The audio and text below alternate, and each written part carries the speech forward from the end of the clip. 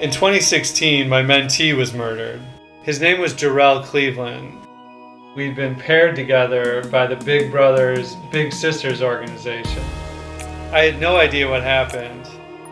Little Brother is my investigation into Jorell's life and into Jorell's death. When I moved to St. Louis for my first job, I wanted to be a part of a program where I could really make a difference. Big Brothers Big Sisters had a pressing need for male mentors. Jorell was 8 at the time. Jorell was so charming and adorable that I thought there had to be some mistake. There's no way this guy could need mentorship. We explored St. Louis together, trying new bowling alleys and new restaurants. I took him to Busch Stadium for his first Cardinals game and got him swimming lessons at the YMCA.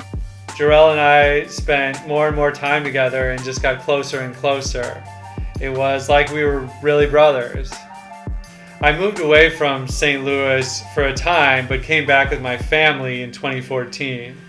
This was right after Michael Brown had been killed by a white Ferguson police officer, and there were riots and fires and protests all throughout the city.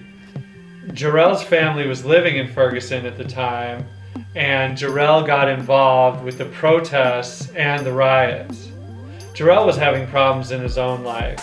He was failing out of school, and he got into this crazy gun battle one time when he was getting off of the school bus.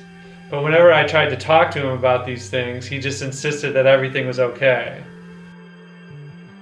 On the afternoon of August 27th, 2016, I got the call.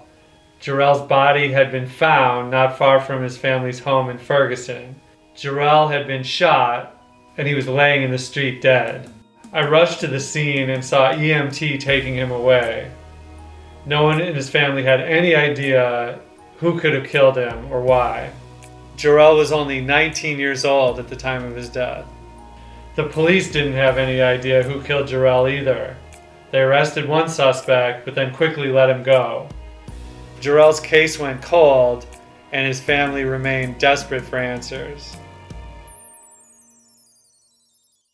He was such a sweet kid. He never wanted anything from anybody. Who could have possibly wanted him dead? I thought about how my naivete and my privilege had blinded me to what was really going on in his life. It wasn't until a couple years later that I started thinking about Jorell's case more critically. I stopped viewing it from the perspective of a mentor and friend and started thinking about it as an investigative reporter. I also thought back to the obituary I'd written about Jorell. There was one comment that really stood out. It was from a woman named Lacey Plum. This woman said that she knew Jorell and his family intimately. In fact, she had lived with them, and her comment was that Jorell lived by the streets and he got his ass killed by the streets. I was really shocked to read these comments and initially thought she must be just some sort of internet troll. Eventually, though, I started to think, well, maybe there's something there.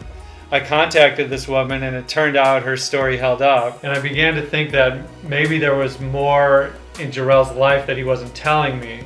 I started interviewing everyone who knew Jorell.